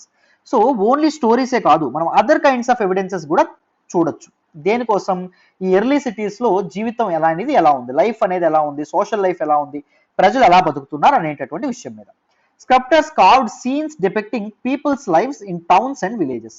ఈ శిల్పులు ఎవరైతే ఉంటారో వాళ్ళు ఏం చేసేవాళ్ళు అంటే, రోజువారీ ప్రజల జీవితం ఏదైతే ఉంటుందో దాన్ని ప్రతిబింబిస్తూ వీళ్ళు ఏం చేసేవాళ్ళు అంటే శిల్పాలు అనేవి చెక్కడం అనేది జరిగేది. అర్థమైందా? టౌన్స్ లోను, విలేజెస్ లోను అండ్ ఫారెస్ట్ లోను వాళ్ళు ఏం చేసేవాళ్ళు, రోజువారీ జీవితానికి సంబంధించినటువంటి ఆ సీన్స్ ఏవైతే ఉన్నాయో వాటిని శిల్పాలుగా చెక్కేవాళ్ళు. Many of the sculptures were used to decorate railings and pillars and gateways కానీ, లేకపోతే పిల్లర్స్ ఏవైతే, ద్వారబంధాలు ఏవైతే ఉంటాయో అవి కానీ, లేకపోతే స్తంభాలు ఏవైతే ఉన్నాయో అవి కానీ, బిల్డింగ్స్ ఏవైతే ఉన్నాయో అవి కానీ, టెంపుల్స్ ఏవైతే ఉన్నాయో అవి కానీ, వాటిని డెకరేట్ చేయడానికి ఈ శిల్పాలు ఏవైతే ఉంటాయో వాటిని చాలా వరకు వాడడం అనేది జరిగేదంట. సో పీపుల్ విజిట్ చేసేటటువంటి ప్రాంతాలు ఏవైతే ఉన్నాయో అక్కడ తమ కళ ఏదైతే ఉంటుందో దాన్ని చూపించడానికి ప్రజలకి అక్కడ ఎక్కువగా ఈ శిల్పాలు అనేవి, ఈ స్కల్ప్చర్స్ ఎవరైతే ఉన్నారో వాళ్ళు పెట్టడం అనేది జరిగేది. అర్థమైందా? సో మెనీ థింగ్స్ అండి. సో వాటి నుంచి కూడా మనం ప్రజల తాలూకా జీవన విధానాలు, ప్రజలు ఎలా బతికేవాళ్ళు అనేటటువంటి విషయాల్ని మనం తెలుసుకోవచ్చు. The depict the life of contemporary people. ఆ సమకాలీనమైనటువంటి వాళ్ళ జీవితాలని మన కళ్ళకు కట్టినట్టు ఆ శిల్పాలు అనేవి చెప్తాయి. అర్థమైందా? ఇది మనకి ఇక్కడ చెప్పడం అనేది జరిగింది. నెక్స్ట్ చూడండి అన్న. సో ఈ పైన పిక్చర్ చూడండి, దిస్ ఈజ్ ఢిల్లీలో ఉన్నటువంటి ఒక రింగ్ వెల్ అండి. ఇది రింగ్ వెల్స్ ఇవి. అదే ఇలా రింగ్ గా ఏర్పాటు చేయడం అనేది జరిగింది. నూతులు, బావులు ఏవైతే ఉన్నాయో అవి కన్స్ట్రక్ట్ చేసేవాళ్ళని చెప్పామా, ఇరిగేషన్ అవి. అండ్ ఇక్కడ చూడండి స్కల్ప్చర్స్ అని చెప్పుకున్నామా, this is a sculpture from Sanchi. Sanchi is in present day Madhya Pradesh అమ్మ. ఓకేనా, చూడండి this is sculpture from Sanchi, site with stupa. సాంచిలో స్తూపాస్ అనేవి ఉండడం అనేది జరుగుతుంది. So you know this is a scene in the city, సిటీలో ఉండేటటువంటి ఒక సీన్ ఇది చెప్తుంది. అర్థమైందా? సో సాంచి గురించి మనం లాస్ట్ చాప్టర్ 11th చాప్టర్లో మనం ఇంకా తెలుసుకుందాం. సో ఈ వాల్స్ అనేవి ఎలా ఉండేవో ఒక్కసారి చూడండి. అర్థమైందా? సో ఇవి దేంతో చేసేవాళ్ళు, వుడ్తో చేసేవాళ్ళ, లేకపోతే బ్రిక్తో చేసేవాళ్ళ, స్టోన్తో చేసేవాళ్ళ, రాయితో స్టోన్తో చేయడం అనేది జరిగేది. అర్థమైందా? సో రూఫ్స్ కూడా, బిల్డింగ్ యొక్క రూఫ్స్ కూడా ఇంత మంచి శిల్పాలతో ఉండడం అనేది జరిగేది. సో ఇప్పుడు ఇక్కడ ఉండేటటువంటి టెక్స్ట్ చూడండి. Many of the cities that developed from about 2500 years ago, అంటే 500 AD ఆ టైంలో, they were Capitals of the mahajanapadas that you learnt about in chapter 5. చాలా వరకు ఆ సిటీస్ అనేవి మహాజనపదాస్ యొక్క క్యాపిటల్స్ గా ఉండడం అనేది జరిగేది. సో మనం మాట్లాడుకున్నాం హస్తినాపుర కానీ, లేకపోతే రాజగృహ కానీ, లేకపోతే మన తాలూకా ఉజ్జయిన్ కానీ, తక్షశిల కానీ, ఇలాంటివన్నీ సిటీస్, ఎర్లియస్ట్ సిటీస్ గా ఉండేవి. As we had seen, some of this cities were surrounded by massive fortification walls. మనం ఇంకోటి ఏం చెప్పాం, మహాజనపదాస్ యొక్క క్యాపిటల్ సిటీస్ ఏవైతే ఉన్నాయో వాటి చుట్టూ ఈ రాజులు ఏం చేసేవాళ్ళు, ఫోర్టిఫికేషన్స్, పెద్ద పెద్ద వాల్స్ అనేవి కన్స్ట్రక్ట్ చేసేవాళ్ళు. ఎందుకని చెప్పుకున్నాం, బయట వాళ్ళ తాలూకా అటాక్స్ నుంచి వాళ్ళ మహాజనపదాన్ని కాపాడుకోవడానికి, దాంతోపాటు లోపల ఉండే వాళ్ళని బెటర్ గా అడ్మినిస్టర్ చేయొచ్చు అనేటటువంటి ఉద్దేశంతో సో ఫోర్టిఫికేషన్స్ అనేవి ఏర్పాటు చేసేవని కూడా మనం చెప్పుకున్నాం. In many cities archaeologist have found rows of pots, ceramic rings arranged one on top of the other. So చాలా సిటీస్ లో ఆర్కియాలజిస్ట్ ఏం కనుక్కున్నారు, రోస్ ఆఫ్ పాట్స్ అనేవి ఒకదాని మీద ఒకటి అరేంజ్ చేయడం కానీ, సిరామిక్స్ రింగ్స్ అనే ఒకదాని మీద ఒకటి అరేంజ్ చేయడం కానీ కనుక్కున్నారు. They are known as ring wells. వాటిని ఏమంటాము, రింగ్ వెల్స్ అని చెప్పి అనడం అనేది జరుగుతుంది. ఇప్పుడు పైన మీకు పిక్చర్ లో చూపించాను కదా, అది picture. They seem to have been used as toilets in some cases. కొన్ని దగ్గరలో అవి టాయిలెట్స్ గా వాడేవాళ్ళు, కొన్ని దగ్గరలో అవి డ్రైన్స్ గా వాడేవాళ్ళు, కొన్ని దగ్గరలో గార్బేజ్ డంప్స్ గా వాడడం అనేది జరిగేదంట, కొన్ని దగ్గరలో వెల్స్ గా కూడా వాడడం అనేది జరిగింది. సో ఇండివిజువల్ హౌసెస్ లో దీస్ పర్టికులర్ రింగ్ వెల్స్ ఏవైతే ఉంటాయో అవి ఎక్కువగా కనిపించడం అనేది జరిగేదన్నమాట. సో రింగ్ వెల్స్ అనేటటువంటివి ఇండివిజువల్ హౌసెస్ గా ఎక్కువ కనిపించేవి. వాటిని డ్రైన్స్ గా వాడేవాళ్ళు, లార్జ్ డంప్స్ గా కూడా వాడడం అనేది జరిగేది. జాగ్రత్త అంటే డస్ట్ గట్రా వేయడానికి, చెత్త గట్రా వేయడానికి వాటిని వాడేవాళ్ళంట. We have hardly any remains of places, markets or homes of ordinary people. So పెద్ద ప్యాలెసెస్ మనకి శిథిలావస్థలో కానీ లేకపోతే వేరేగా మనకు ఉన్నాయి, కానీ ఆర్డినరీ పీపుల్ యొక్క హౌసెస్ ఏవైతే ఉన్నాయో అవి మనకి ఎక్కడా కనిపించలేదండి. అర్థమైందా? చాలా వరకు అవి రూయిన్ అయిపోవడం అనేది జరిగింది. Perhaps some are yet to be discovered by archaeologist. Archaeologist అనే వాళ్ళు పురావస్తు శాస్త్రాలను ఇంకా కనుక్కోవచ్చేమో ముందు. సో మెనీ హౌసెస్ ఏవైతే ఉన్నాయో they are made of wood, mud brick and thatch. So it is a building material. So వీటితో తయారు చేయడం వల్ల చాలా హౌసెస్ ఏవైతే ఉన్నాయో దే వర్ నాట్ సర్వైవ్డ్. అవి కాలక్రమేణా శిథిలం అయిపోవడం అనేది జరిగింది. బట్ స్టోన్ తో తయారు చేసిన మాత్రం ఇంకా అసలు చెక్కు చెదరకుండా ఉండడం అనేది జరిగింది. అందుకే రాయల్ ప్యాలెసెస్ ఇవన్నీ చక్కగా హ్యాపీగా నిటారుగా నిల్చోవడం అనేది జరిగింది. ఇప్పటికీ మనం అవి చూస్తున్నాం. Another way of finding out these early cities is from accounts of sailors. ఈ ఎర్లీ సిటీస్ గురించి, వాళ్ళ లైఫ్ స్టైల్ గురించి మనం ఎలా తెలుసుకోవచ్చు, సైలర్స్ అండ్ ట్రావెలర్స్ ఎవరైతే ఉన్నారో, బయట దేశాల నుంచి వచ్చినటువంటి పర్యాటకులు, వాళ్ళ తాలూకా ట్రావెల్ అకౌంట్స్ గురించి కూడా మనం తెలుసుకోవచ్చు. మనం ఎప్పుడైనా బయట దేశాలకు వెళ్ళాం అనుకోండి, వి టేక్ సమ్ పిక్చర్స్, లేకపోతే అక్కడ ఉండేటటువంటి దీని గురించి మన ఫేస్బుక్ పోస్టులు ఇవన్నీ పెడతాం. బట్ అవన్నీ అప్పుడు ఉండేవి కాదు కదా. సో వాళ్ళు ఏం చేసేవాళ్ళు, వాళ్ళ పుస్తకాల్లో కానీ మ్యాన్యుస్క్రిప్ట్స్ లో కానీ రాసేవాళ్ళు, పలానా దేశం ఇలా ఉంది, పలానా దేశం అలా ఉంది అని చెప్పి. వాటి నుంచి కూడా మనం వాళ్ళ తాలూకా సోషల్ లైఫ్ ని వాటన్నిటిని తెలుసుకోవచ్చు. One of the most detailed accounts that has been found was an unknown Greek sailor. So ఒక ఎనానిమస్ గ్రీక్ సైలర్ ఎవరైతే ఉంటారో, గ్రీక్ దేశం నుంచి వచ్చినటువంటి ఒక ఎక్స్ప్లోరర్ ఎవరైతే ఉన్నారో, ఆయన ఒక డీటెయిల్డ్ అకౌంట్ అనేది చెప్పడం అనేది జరిగింది. He visited many ports and he described all the ports. చాలా పోర్ట్స్ ని విజిట్ చేశారు ఇండియాలోని అండ్ వాటి సబ్ కాంటినెంట్ లోని, అండ్ వాటన్నింటినీ ఈయన డీటెయిల్డ్ గా వాటి గురించి మాట్లాడడం అనేది కూడా జరిగిందంట. అర్థమైందా? అది మనకి ఇక్కడ చెప్పడం అనేది జరిగింది. Described all the ports. Is unknown Greek sailor. అర్థమైందా? ఆయన పేరు హీజ్ అనానిమస్, ఆయన గురించి తెలియదు అన్నమాట. నెక్స్ట్ చూడండి ఈ పేజ్ లో భరూచ్ అనేటటువంటి ఒక పోర్ట్ సిటీ గురించి చెప్తున్నారు. సో ఇక్కడ ఎక్కడ ఉందో చూడండి, ప్రెజెంట్ డే గుజరాత్ లో ఉండడం అనేది జరిగింది. This place is Bharuch. So ఇదిగోండి ఇక్కడ మనం జూమ్ చేస్తే ఇదిగోండి, ఇది గల్ఫ్ లా ఉంటుంది. చాలా నారోగా ఉండడం అనేది జరుగుతుంది. ఇట్ నీడ్స్ వెరీ స్కిల్ అండి లోపలికి మనం వెళ్ళడానికి రావడానికి. అర్థమైందా?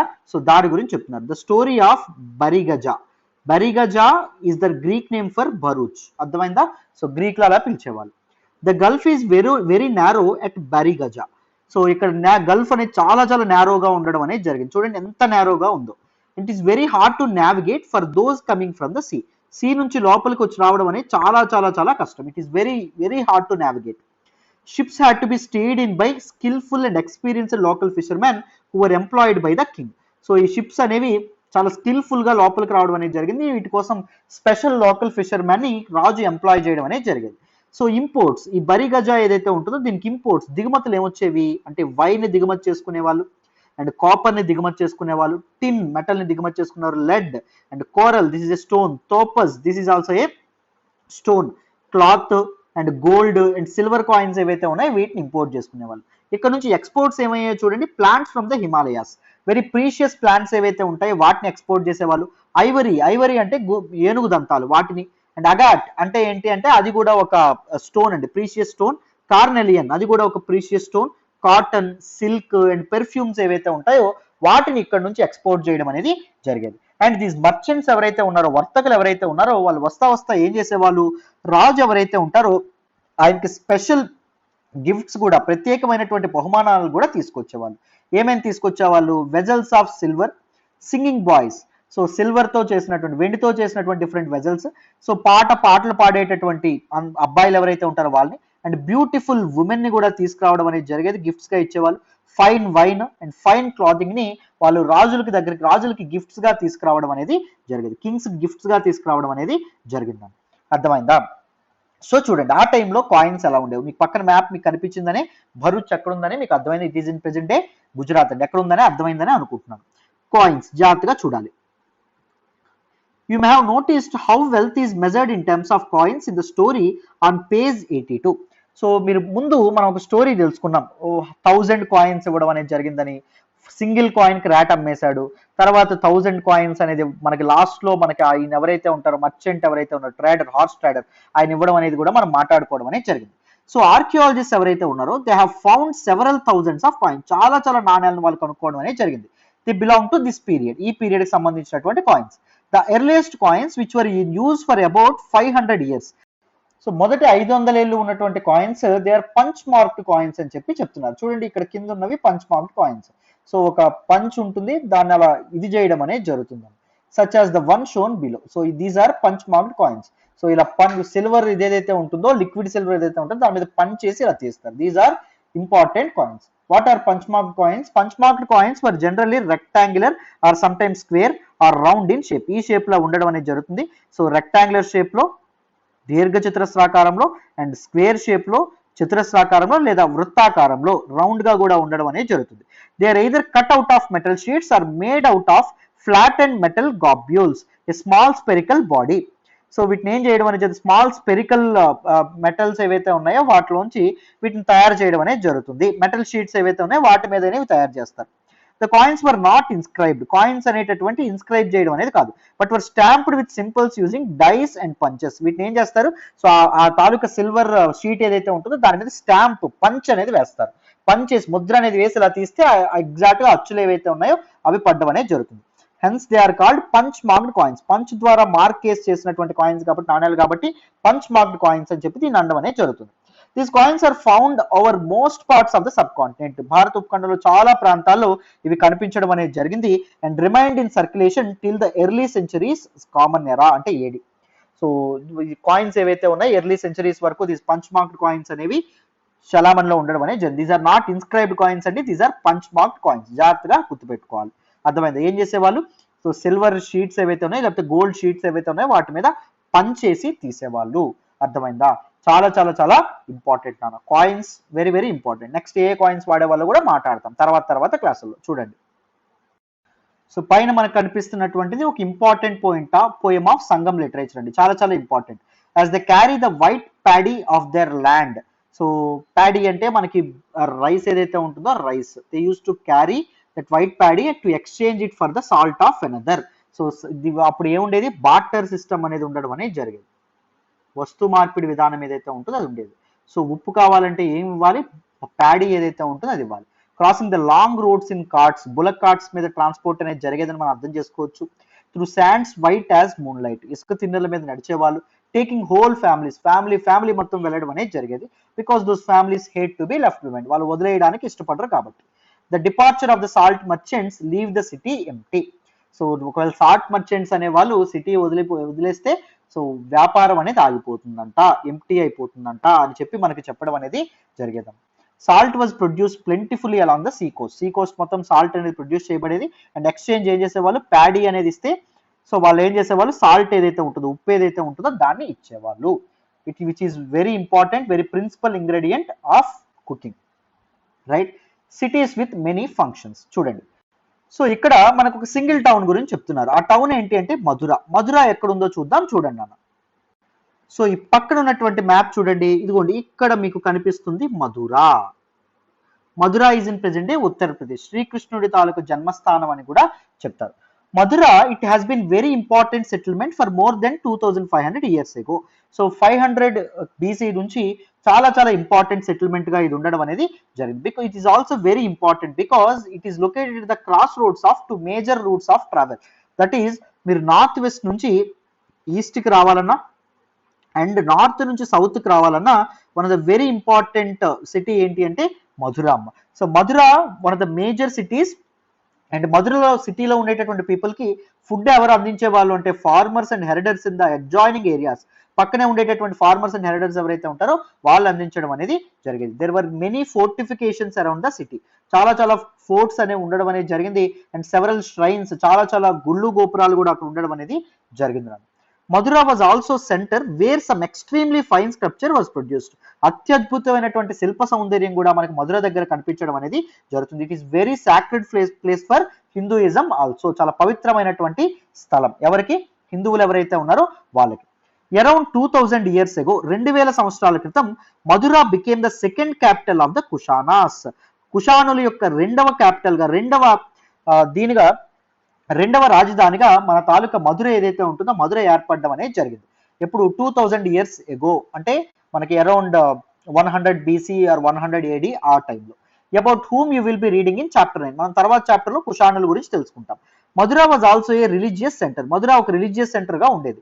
దేర్ వర్ బుద్ధిస్ట్ మొనాస్ట్రీస్ అక్కడ చాలా ఉండడం అనేది జరిగింది. మొనాస్ట్రీస్ అంటే ఏం చెప్పాం, మన విహారాస్ అండ్ చైత్యాస్ అని చెప్పుకున్నాం. జైనా ష్రైన్స్, జైన్ టెంపుల్స్ అని చెప్పుకున్నాం. And it is important centre for the worship of Krishna. కృష్ణుడి తాలూకా జన్మస్థానం అని కూడా చెప్పడం అనేది జరుగుతుంది. Krishna is one of the very important deities of Hinduism. Several inscriptions on surfaces such as stone slabs and statues have been found in Madura. మధురాలో చాలా inscriptions, శిలాశాసనాలు ఏవైతే ఉన్నాయో అవి కూడా కనుగొనబడడం అనేది జరిగింది. Mathura is very important place అమ్మ. చాలా important place because it was located at the cross roads of 2 important trade routes, that is north west to east and north to south. మధ్యలో మధుర ఉండడం అనేది జరిగింది. It was the second capital of Kushanas. So మరి first capital ఏంటి, Purushapura, present day Peshawar అండి. Present day మనకి పాకిస్తాన్ లో ఉండడం అనేది జరిగింది. చాలా ఇంపార్టెంట్ అండి, రైట్. నెక్స్ట్ చూడండి అమ్మ. మరి మధురాలో కనిపించినటువంటి ఇన్స్క్రిప్షన్స్ ఏవైతే ఉన్నాయో దే ఆర్ షార్ట్ ఇన్స్క్రిప్షన్. చిన్న శాసనాలు ఏవైతే ఉన్నాయో అవి అక్కడ ఉండడం అనేది జరిగింది. ఈ శాసనాల్లో ఏం రాసేవాళ్ళు అంటే మెన్ అండ్ ఉమెన్ ఎవరైతే ఉంటారో, మగవాళ్ళు ఆడవాళ్ళు ప్రజలు ఎవరైతే ఉంటారో వాళ్ళు గిఫ్ట్స్, వాళ్ళ బహుమానాలు ఇవ్వడం అనేది జరిగేది. దేనికి, బుద్ధిస్ట్ మొనాస్ట్రీస్ కి అండ్ ష్రైన్స్ ఏవైతే ఉన్నాయో వాటి బహుమానాలు ఇవ్వడం అనేది జరిగింది. వాటి గురించి చాలా మంది గొప్పగా శిలాశాసనాలు వేయించడం అనేది జరిగింది. These were made by kings, queens, officers, merchants and craftspersons who lived in the city. So ఈ బహుమానాలు ఎవరిచ్చేవాళ్ళు, మొనాస్ట్రీస్ కి అండ్ ష్రైన్స్ కి. దీస్ కింగ్స్, రాజులు, రాణులు, officers, officials, merchants and crafts persons ఎవరైతే ఉన్నారో ఎవరైతే ప్రాస్పరస్ గా ఉండేవాళ్ళో వాళ్ళు ఇవ్వడం అనేది జరిగిందమ్మా. So for instance inscriptions from Mathura mention gold smiths. So gold smiths ఎవరైతే ఉంటారో వాళ్ళు, అండ్ బ్లాక్ స్మిత్స్ ఎవరైతే ఉంటారో వాళ్ళు, weavers and basket makers and garland makers, perfumers, వీళ్ళ గురించి కూడా మెన్షన్ చేయబడడం అనేది జరిగింది. సో ఇన్స్క్రిప్షన్స్ చదవడం వల్ల అప్పటి సిటీ లైఫ్ ఎలా ఉండేది, సోషల్ లైఫ్ అనేది ఎలా ఉండేది అనేటటువంటిది క్లియర్ గా మనకు తెలియడం అనేది జరుగుతుంది. అప్పుడు వృత్తులు, అప్పుడు ఆక్యుపేషన్స్ అనేవి ఎలా ఉన్నాయి అని చెప్పి కూడా మనం అర్థం చేసుకోవచ్చు by reading these particular inscriptions. అర్థమైందా? వీళ్ళేదో ఈ చరిత్రని చెప్పాలని రాయలా, వాళ్ళ గొప్పతనానికి వాళ్ళు ఇన్స్క్రిప్షన్స్ అనేవి వేయించుకున్నారు. దాని నుంచి హిస్టారియన్స్ ఎవరైతే ఉన్నారో they analyse those inscriptions and they decode those inscriptions and they construct the history bit by bit. అర్థమైందా? రైట్. నెక్స్ట్ చూడండి, crafts and crafts persons, very very important occupation. we also have archaeological evidence for crafts. So చాలా చాలా crafts అనేవి మనకి archaeological sources గా బయటపడడం అనేది జరిగింది, పురావస్తు తవ్వకాల్లో బయటపడడం అనేది జరిగింది. This include extremely fine pottery, అద్భుతంగా డీటెయిల్డ్ గా తయారు చేసినటువంటి కుండలు, known as the northern black polished ware, చాలా చాలా important. Northern black polished ware is very very important, చాలా చాలా important. It gets its name from the fact that it generally found in the northern part of the subcontinent. So northern part of the sub continent అంటే ఉపఖండం యొక్క ఉత్తర దిక్కున this pottery ఏవైతే ఉన్నాయో బయటపడడం అనేది జరిగింది. And it is black in colour and it is well polished, well detail, గ్లాసీగా ఉండడం అనేది జరిగింది. సో ఇలాంటి అద్భుతమైనటువంటి పాటరీ ఆర్కియలాజికల్ సోర్సెస్ గా బయటపడడం అనేది జరిగింది. సో ఎక్స్కవేషన్స్ లో బయటపడడం అనేది జరిగింది అని చెప్తున్నారు. సో ఒకసారి నార్థన్ బ్లాక్ పాలిష్డ్ వేర్ గురించి చూడండి.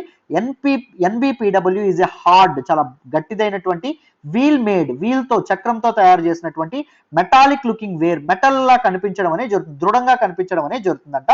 విత్ షైనీ బ్యాక్ సర్ఫేస్ అండి. సో షైనీగా గ్లాసీగా సర్ఫేస్ అనేది కనిపించడం అనేది జరుగుతుంది. The potter use to expose the earthenware to very high temperature in his kiln which resulted in the blackening of its outer surface. So కుమ్మరివాడు ఏం చేస్తాడు అంటే ఇదేదైతే ఉంటుందో, ఈ మట్టి ఏదైతే ఉంటుందో దాన్ని విపరీతంగా కాల్చడం, ఈ కుండను గట్టిగా కాల్చడం అనేది జరుగుతుంది. అందుకే ఆ పైన నలుపు అనేది రావడం అనేది జరుగుతుంది, గట్టిగా కూడా కుండ తయారవడం అనేది జరుగుతుంది. A fine black slip was also applied on this which gave the pottery a mirror like shine. So ఒక బ్లాక్ స్లిప్ తో వాళ్ళు ఏం చేస్తారు, పాలిష్ కూడా చేయడం అనేది జరుగుతుంది. సో కుండ మీద పాలిష్ చేయడం వల్ల ఒక గ్లాసీగా అది మారడం అనేది జరుగుతుంది, వెల్ పాలిష్డ్ గా అది మారడం అనేది జరుగుతుందంట. సో చూడండి, remember that the archaeological evidence for many crafts may not have survived. So చాలా క్రాఫ్ట్స్ ఆర్కియలాజికల్ ఎవిడెన్సెస్ అనేవి సర్వైవ్ అవ్వలేదు, ఓవర్ ద టైమ్ అవి పెరిష్ అవ్వడం అనేది జరిగింది. అండ్ దాంతో పాటు మ్యానుఫ్యాక్చర్ ఆఫ్ క్లాత్, ఈ బట్టలు ఏవైతే ఉంటాయో అవి కూడా తయారీ అనేది బాగా అవ్వడం అనేది జరిగేదంట, చాలా ఇంపార్టెంట్ గా అవ్వడం అనేది జరిగిందంట. There were famous centres for cloth trade అండి, that is Varanasi in the north లో Varanasi which is in present day Uttar Pradesh, Madurai in the south, Madurai is in present day Tamil Nadu. ఇక్కడ మనకి ఈ తాలూకా బట్టలు ఏవైతే ఉన్నాయో బట్టలు మ్యానుఫ్యాక్చర్ అవ్వడం అనేది జరిగేది. Both men and women worked in these centres, ఈ సెంటర్స్ లో మగవాళ్ళు ఆడవాళ్ళు కలిసి పనిచేయడం అనేది జరిగేదంట.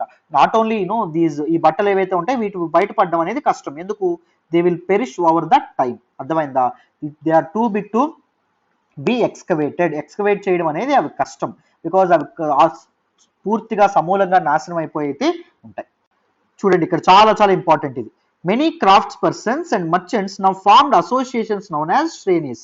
ఇప్పుడు మనకి ట్రేడ్ యూనియన్స్ ఇవన్నీ ఉంటాయా, అలాగే ఒకప్పుడు ది ట్రేడర్స్ గిల్డ్స్ గా ఏర్పడేవాళ్ళు, అసోసియేషన్స్ గా, వాటిని శ్రేణీస్ అని చెప్పి పిలవడం అనేది జరిగేది. The shrenis of crafts persons provided training provide చేసేవాళ్ళు, ప్రొక్యూర్డ్ రా మెటీరియల్, ముడి సరుకులు ఏవైతే ఉంటాయో ప్రొక్యూర్ చేసేవాళ్ళు, and distributed the finished products ఏవైతే ఉంటాయో వాటిని డిస్ట్రిబ్యూట్ చేసేవాళ్ళు. అర్థమైందా? సో ఈ శ్రేణీస్ యూనియన్స్ గా ఏర్పడి వీళ్ళు ట్రైనింగ్ ప్రొవైడ్ చేసేవాళ్ళు, రా మెటీరియల్స్ అందరూ కలిసి ప్రొక్యూర్ చేసుకునే వాళ్ళు, అండ్ ఫినిష్డ్ ప్రొడక్ట్స్ ఏవైతే ఉంటాయో వాటిని డిస్ట్రిబ్యూట్ చేయడం కూడా జరిగింది. The shrenis of merchants organise the trade, వాణిజ్యం మొత్తం వీళ్ళే చూసుకోవడం అనేది జరిగేది. ఈ shrenis also acted as banks గా కూడా వర్క్ చేయడం అనేది జరిగేది, where rich men and women deposited money. So ఈ శ్రేణీస్ లో పీపుల్ ఎవరైతే ఉన్నారో వాళ్ళు మనీని డిపాజిట్, రిచ్ పీపుల్ మనీని డిపాజిట్ చేసేవాళ్ళు. సో వీటిని ఇన్వెస్ట్మెంట్స్ గా కూడా వాడడం అనేది జరిగేది. And part of the interest was return or use to support religious institutions such as monasteries. So వీళ్ళు ఇన్వెస్ట్ చేసినందుకు మరి వీళ్ళకి ఇంట్రెస్ట్ అనేది వస్తుంది కదా, సో ఇంట్రెస్ట్ ఆ వడ్డీ ఏదైతే ఉంటుందో వాళ్ళు ఉంచుకునేవాళ్ళు, లేకపోతే కొన్ని రిలీజియస్ ఇన్స్టిట్యూషన్స్ మొనాస్ట్రీస్ ఏవైతే ఉన్నాయో వాటికి సహాయం చేసేవాళ్ళు. చాలా చాలా important. So these trade associations ఏవైతే ఉన్నాయి, అసోసియేషన్ ఆఫ్ క్రాఫ్ట్ పర్సన్స్ ని ఏమని పిలుస్తారు అని అడుగుతారు. ఏమని పిలుస్తారు? శ్రేణీస్ గా పిలవడం అనేది జరుగుతుంది. The shrenis also use to act as banks గా కూడా వర్క్ చేసేవి.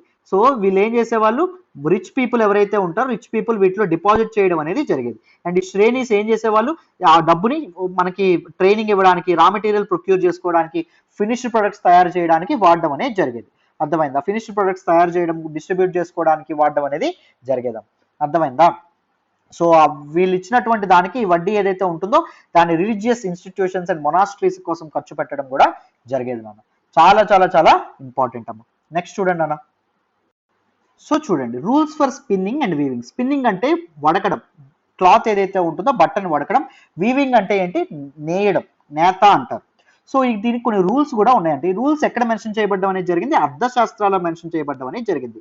అర్థశాస్త్రాన్ని ఎవరు రాయడం అనేది జరిగింది, కౌటిల్య లేదా చాణక్య లేదా విష్ణుగుప్త రాయడం అనేది జరిగింది. సో కౌటిల్య లేదా చాణక్య లేదా విష్ణుగుప్త ఫస్ట్ మినిస్టర్ గా ఎవరి దగ్గర పనిచేసే వాళ్ళు, నందా డినాస్టీకి చెందినటువంటి ధనానంద్ దగ్గర పనిచేయడం అనేది జరిగింది. Later he shifted his allegiance to Chandragupta Maurya. Chandragupta Maurya తన శిష్యుడితో మౌర్యన్ ఎంపైర్ అనేది ఎస్టాబ్లిష్ చేయడానికి కారణం అవ్వడం అనేది జరుగుతుంది. చాలా చాలా ఇంపార్టెంట్ నాన్న, అర్థమైందా? సో ఈ అర్థశాస్త్రాల్లో దీస్ రూల్స్ మెన్షన్ చేయబడ్డం అనేది జరిగింది. చూడండి, they describe how spinning and weaving could be done in work shops under the supervision of special officials. ఈ స్పిన్నింగ్, వడకడం, ఈ నేతడ ఏవైతే ఉంటాయో వాటిని చేసేటప్పుడు ఆ వర్క్ షాప్స్ లో చేసేవాళ్ళంట వాటిని ఒక అఫీషియల్ సూపర్వైజ్ చేయడం కూడా జరిగేది. Widows, young women who are differently abled, nuns, mothers of courtesans, retired women servants of the king, women who have retired from service in temples may be used for processing wool, bark, cotton, hemp and flax. So వీటిని వీళ్ళు ఉండడం అనేది జరిగేది. చూడండి అమ్మ, widows ఎవరైతే ఉంటారో, వితంతువులు ఎవరైతే ఉంటారో, విధవులు ఎవరైతే ఉంటారో వాళ్ళు, young women who are differently abled అంటే స్పెషల్లీ ఏబుల్డ్ పర్సన్స్ ఎవరైతే ఉన్నారో, అవిటి వాళ్ళు ఎవరైతే ఉంటారో వాళ్ళు, and nuns, mothers of courtesans అంటే రాజు నర్తకులు ఎవరైతే ఉంటారో వాళ్ళ తాలూకా మదర్స్ తల్లులు, and retired women servants of the king కి సర్వ్ చేసినటువంటి women servants, and who have retired from service in temples. So temples లో సర్వీస్ నుంచి రిటైర్ అయినటువంటి ఉమెన్ ఎవరైతే ఉన్నారో వీళ్ళందరూ ఈ వూల్ ని ప్రాసెస్ చేయడం, కాటన్ ని ప్రాసెస్ చేయడం, ఇవన్నీ చేయడం అనేది జరిగేదంట. They should be paid according to the quality and quantity of the work. వాళ్ళు చేసినటువంటి పని బట్టి, దాంతోపాటు వాళ్ళ తాలూకా నైపుణ్యత బట్టి వాళ్ళకి మనీ అనేది పే చేసేవాళ్ళంటే. Women who are not permitted to leave their homes can send maid servants to bring the raw material from the superintendent and take the finished work back to him. So వాళ్ళ భర్తలు ఎవరైతే ఆడవాళ్ళకి వాళ్ళ భర్తలు బయటికి వెళ్ళకూడదని చెప్తున్నారో వాళ్ళు ఏం చేయొచ్చు అని చెప్పారు, they can send their made servants, వాళ్ళ సర్వెంట్ ని పంపించి ఈ వర్క్ షాప్స్ నుంచి రా మెటీరియల్ తెచ్చుకొని అండ్ ఏం చేయొచ్చు, ఫినిష్డ్ వర్క్ ఏదైతే ఉంటుందో ఈ నేసి వాటిని ఆ వర్క్ షాప్ కి తిరిగి పంపించవచ్చు అంట. ఇలాంటి సదుపాయం కూడా ఉండేది. Women who can visit the workshop should go at dawn to give their work and receive their wages. So ఎవరైతే ఉమెన్ వర్క్ షాప్కి వచ్చి పనిచేసే వాళ్ళు వాళ్ళ పని అంతా సాయంత్రం అయ్యేలోపే వాళ్ళు ఏం చేయాలి, ఆ వర్క్ ని వాళ్ళకి సబ్మిట్ చేసి వాళ్ళ తాలూకు వేజెస్ ఏవైతే ఉన్నాయో వాళ్ళ తాలూకు శాలరీస్ అనేవి తీసుకోవచ్చు. There should be enough light to examine the work. ఎందుకు, సూర్యాస్తం అయ్యేలోపే ఇవ్వాలి అంటే లైట్ అనేది ఉండాలి. ఒకప్పుడు బల్బులు కానీ ఎలక్ట్రిసిటీ కానీ ఉండేది కాదు కదా. సో పరిశీలించడానికి, వాళ్ళ వర్క్ ఎలా చేశారని పరిశీలించడానికి సరైనటువంటి లైట్, వెలుతురు అనేది ఉండాలి. In case the superintendent looks at the woman or talks about anything other than the work, he should be punished. ఒకవేళ ఆ సూపరింటెండెంట్ ఆ ఉమెన్ ని చూసినా లేకపోతే పని కాకుండా వేరే విషయాలు ఏవైనా సూపరింటెండెంట్ మాట్లాడినా ఆవిడతో, so he will be punished అండి. సివియర్ పనిష్మెంట్స్ అనే ఉండేవి. If a women does not complete her work she will have to pay a fine and her thumbs can be cut off. So సరిగ్గా పని చేయనటువంటి ఆడవాళ్ళు అంటే కంప్లీట్ చేయకపోతే, ఇచ్చిన పని కంప్లీట్ చేయకపోయినా వాళ్ళు ఏం చేయాలి, ఫైన్ అనేది తప్పకుండా కట్టాలి. లేకపోతే ఆవిడ థమ్స్ ఏవైతే ఉంటాయో అంటే ఇంకోసారి పనికి చేయకుండా ఆవిడ తాలూకు బొటన వేలు ఏదైతే ఉంటుందో వాటిని కూడా కట్ చేసేసేవాళ్ళంట. అర్థమైందా? చూడండి, సో ఉమెన్ ఎవరైతే ఉంటారో ఉమెన్ ని ఎక్కువగా ఈ పనులకు వాడడం అనేది జరిగేదాం. సో ఉమెన్ యొక్క పరిస్థితి కూడా ఘోరాతి ఘోరంగా ఉండడం అనేది జరిగేది. సో వర్క్ లో ఎంత ఘోరమైనటువంటి పరిస్థితులు ఉండేవో చూడండి. నెక్స్ట్ అరికమేడు అనేటటువంటి ప్లేస్ గురించి మనం తెలుసుకోవాలి. ఇక్కడ మ్యాప్ అనేది అటాచ్ చేసి మీకు ఎక్స్ప్లెయిన్ చేస్తాను, వినండి. సో ఇక్కడ పక్కనే ఉండేటట్టు ఉన్నటువంటి మ్యాప్ చూడాలి. ఇదిగోండి, ఇక్కడ అరికమేడ్ ఉండడం అనేది జరిగింది. ఈస్ట్ కోస్ట్ దగ్గర అరికమేడ్ ఉండడం అనేది జరిగింది. It is in Puducherry now. So and read the box on Roman next page లో చదువుదాం. So between 2200 and 19 years ago అంటే 200 BC నుంచి 100 AD వరకు అరికమేడు అనేటటువంటి ఈ సిటీ ఏదైతే ఉంటుందో it is one of the very important coastal settlement. ఒక కోస్టల్ సెటిల్మెంట్ గా ఉండడం అనేది జరిగేది. ఇక్కడ షిప్స్ అనేవి వచ్చి గూడ్స్ ని అన్లోడ్ చేసేవంట ఫ్రమ్ డిస్టెంట్ ల్యాండ్స్. వేరు సుదూరమైనటువంటి ప్రాంతాల నుంచి ఈ పడవలు అనేవి వచ్చి గూడ్స్ అనేవి అన్లోడ్ చేయడం అనేది జరిగేదంట.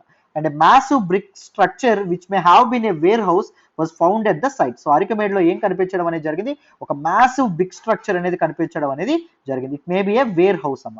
సో అక్కడ ఈ గూడ్స్ అనేవన్నీ అన్లోడ్ చేయడం అనేది కూడా జరిగేదేమో అని చెప్పి హిస్టారియన్స్ భావిస్తారు. Other finds include pottery from the Mediterranean region. So మధ్యధరా సముద్రం ప్రాంతం నుంచి పాటరీ ఏదైతే ఉంటుందో, కుండలు ఏవైతే ఉంటాయో వచ్చేవి, సచ్ యాజ్ యాంఫోరే అంటే tall doubled handled jars that contain liquid such as wine or oil. So ఇలా ఉంటాయి జార్స్, అర్థమైందా, డబుల్ హ్యాండిల్తో ఉండడం అనేది జరుగుతుంది, చాలా పొడుగ్గా ఉండడం అనేది జరుగుతుంది. వైన్ కూడా దానిలో ఉండడం అనేది జరిగేదంట, అర్థమైందా. సో అలాంటి ఇవేవైతే ఉంటాయో యాంఫోరే, అండ్ దాంతోపాటు స్టాంప్డ్ రెడ్ గ్లేజ్డ్ పాటరీ, ఎర్రగా ఫైన్ ఫినిష్ వచ్చేటటువంటి పాటరీ, అండ్ దాంతోపాటు వాటిని ఏమంటారు, రెడ్ గ్లేజ్డ్ పాటరీని అరెటైన్ వేర్ అని చెప్పి అనడం అనేది జరుగుతుంది, which was named after a city in Italy. Arretine అనేటటువంటిది ఇటలీలో ఉన్నటువంటి ఒక సిటీ. సో ఇవన్నీ దిగుమతి అవ్వడం అనేది జరిగేదంట, అర్థమైందా. సో వీటిని ఎలా తయారు చేసేవాళ్ళు, వెట్ క్లే ఏదైతే ఉంటుందో వెట్ క్లేని ఒక స్టాంప్డ్ మౌల్డ్కి ఇది చేయడం అనేది, ప్రెస్ చేయడం అనేది జరిగేది, ముద్రించడం అనేది జరిగేది. వెట్గా ఉండేటటువంటి మన్ను ఏదైతే ఉంటుందో ఆ మన్నుకి మీద అచ్చు వేసి వీటిని తయారు చేసేవాళ్ళంట. There was at another kind of pottery which was made locally. లోకల్గా తయారు చేసినటువంటి పాటరీ కూడా ఉండేవి. అఫ్ కోర్స్ లోకల్గా మెయింటైన్ చేసిన, లోకల్గా తయారు చేసిన రోమన్ డిజైన్స్ అనే వేసేవాళ్ళంట వాటి మీద. Roman lamps, glassware and gems have also been found at the site. So Roman lamps, glassware and gems ఏవైతే ఉంటాయో, ప్రీషియస్ స్టోన్స్ ఏవైతే ఉంటాయో అవి ఇక్కడ అరికమేడు ఏదైతే ఉంటుందో ఈ ప్లేస్ దగ్గర కనిపించడం అనేది జరిగింది.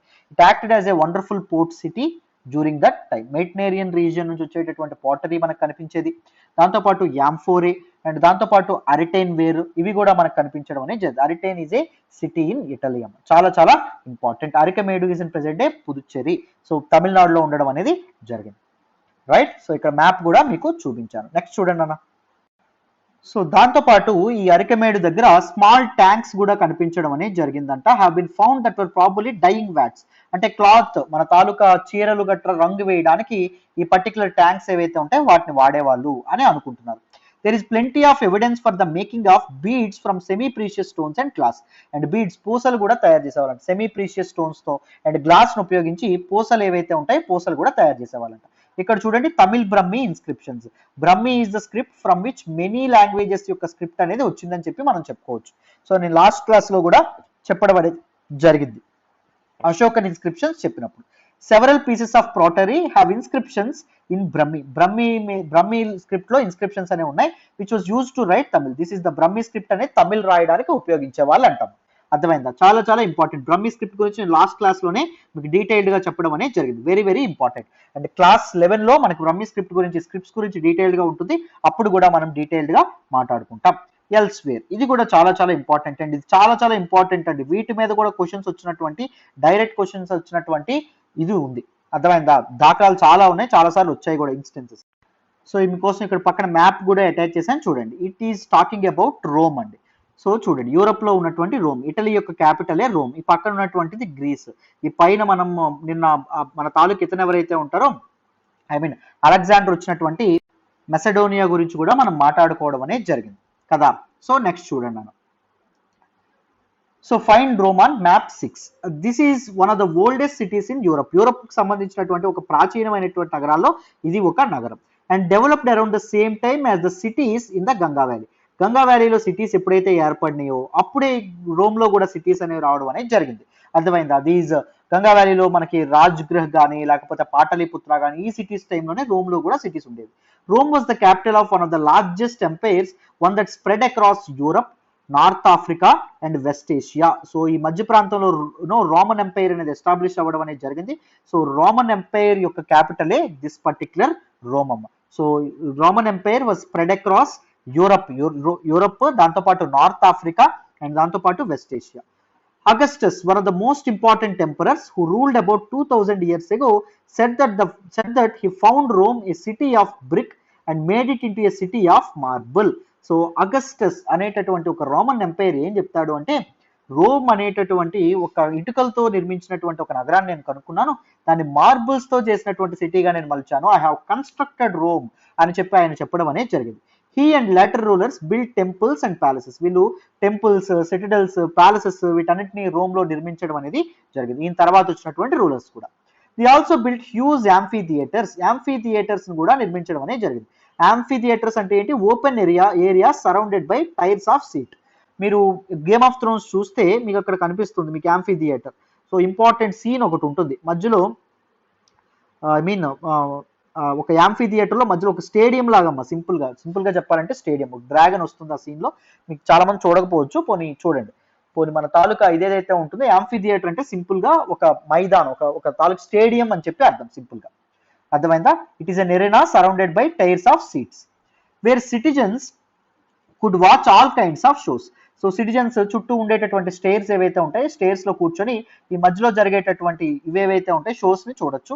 And public baths with separate timings for men and women where people met and relaxed. So ఇక్కడ పీపుల్ కలిసి రిలాక్స్ అవ్వడం అనేది జరుగుతుంది. They use to enjoy in these amphitheatres. Amphitheatres also has public baths with separate timings for men and women.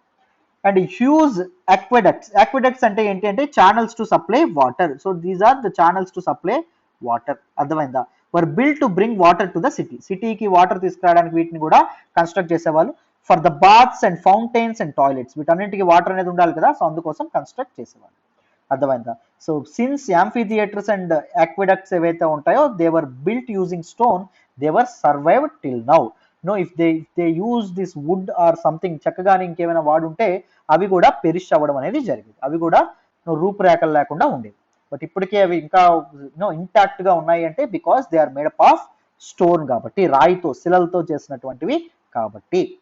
అర్థమైందా? చాలా చాలా important. So ఇంకా కొత్త పదాలు ఏం నేర్చుకున్నారు? Amphi theatre and aqueducts. వీటిని మనం తర్వాత కూడా చెప్తా ఉంటాం. సో మీరు జాగ్రత్తగా ఈ పదాలకి అలవాటు పడాలి. రైట్, ఒకసారి క్విక్ గా దిస్ పర్టికులర్ చాప్టర్ ఏదైతే ఉంటుందో దీన్ని రివిజన్ చేద్దాం, జాగ్రత్తగా వినండి. So what we have discuss so far, మనం ఐరన్ గురించి తెలుసుకున్నాం. ఐరన్ యూజ్ అనేది ఇండియన్ సబ్ కాంటినెంట్ లో 3000 years ఎగో రావడం అనేది జరిగింది అని చెప్పుకున్నాం. అంటే 1000 BCలో మనకి మొదలైందని చెప్పి మనం చెప్పుకోవడం అనేది జరిగింది. అండ్ ఐరన్ టూల్స్ అనేవి ఎక్కువగా ఎక్కడ బయటపడ్డాయని చెప్పుకున్నాం? మెగాలిత్స్ ఏవైతే ఉన్నాయో అక్కడ ఎక్కువగా బయటపడడం అనేది జరిగింది అని చెప్పి మనం చెప్పుకోవడం అనేది జరిగింది. అండ్ అప్పుడు ఇరిగేషన్ ఫెసిలిటీస్ ఏవైతే ఉన్నాయో అవి ఏవైతే ఏర్పాటు చేసేవాళ్ళో వాటి గురించి మనం మాట్లాడుకోవడం అనేది జరిగింది.